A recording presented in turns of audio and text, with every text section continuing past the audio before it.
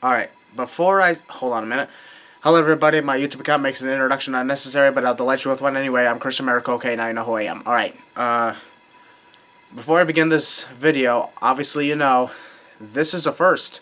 This is the first time ever that I've ever sinned a sin video.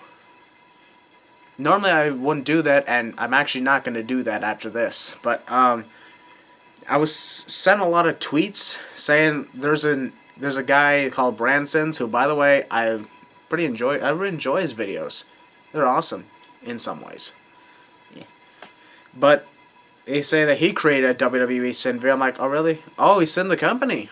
Let me take a look at this. So I took a look at it, saw the whole 5.5 minutes, and I was like, this guy didn't do his goddamn research. What the fuck? Alright. You know, if you don't want to take my word for it, take this videos for it. Action!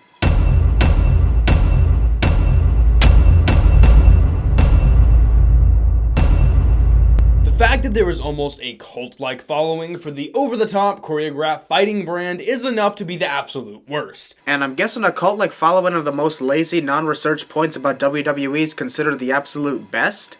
But let's take some time to talk about a few of the things you might not know about it. And by you, I mean myself. But because of an issue with his harness, he fell from the rafters to his death. That would only be a sin if Owen's fall was intentional. And dedicated it to his memory. I'm counting this as a sin because I'm sure they could have figured out a better way to honor this man's memory. But I'm too lazy to figure out how they could have honored his memory more, so hopefully you fans enjoy this random sin I just put in. And when a reporter tried to address this with the former CEO... The CEOs of this company had names, you know. It's not gonna kill you to say Vince McMahon or Linda McMahon or Vince Sr.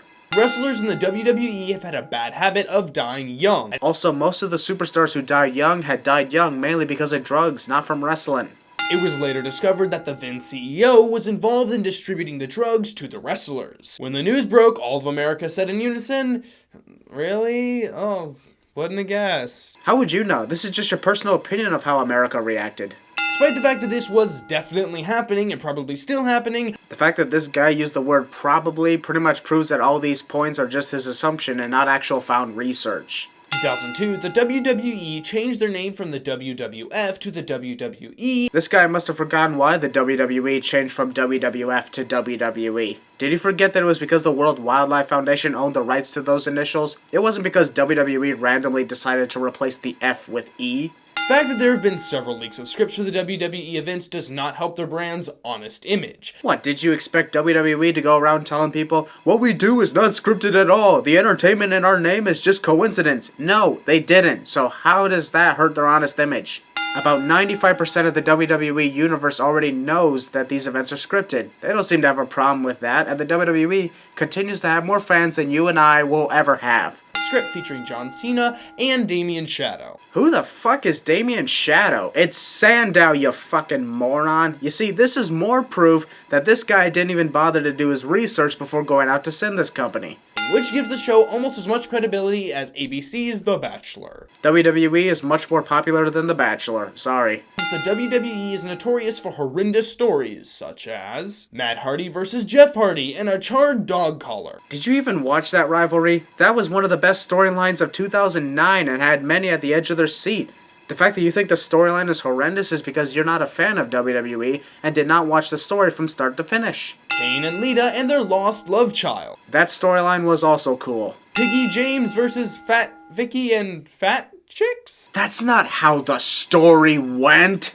You obviously sounded confused. Want some advice? If you're going to call it horrendous, at least research every single detail about the rivalry to confirm that it's horrendous. It seems you took one look at the pig suit and thought, horrendous! Adam Rose and the Bunny, that appeals to children. Dry-humped Adam. Hey, it was a sign that the PG era was ending, alright? Eddie Guerrero, Rey Mysterio, and Dominic and the Father mix-up. In one of the most classic rivalries of all time, so wrong again for you. Chavo Guerrero versus Hornswoggle and the repetitive humiliation. What? That was funny, not horrendous. Muhammad Hassan and the London bombings.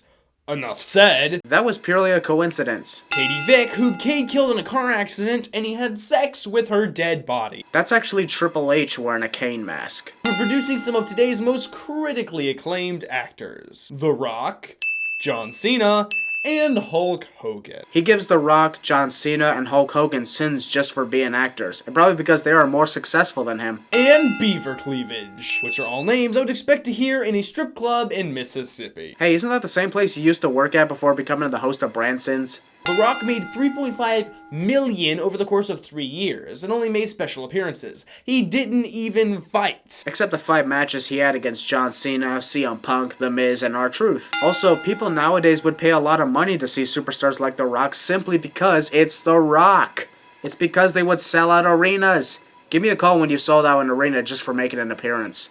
Also, here's more proof that you don't watch WWE and have no clue about the company itself. You refer to wrestling matches as fighting. Many people have complained about how demeaning the WWE is towards women. Haven't heard a complaint about that in the 17 years I've watched WWE. There were several allegations that employees of the WWE offered sexual favors for career advancements. But I'm not going to show you any proof of that, as I have none, so hopefully you'll just believe me with that and move on.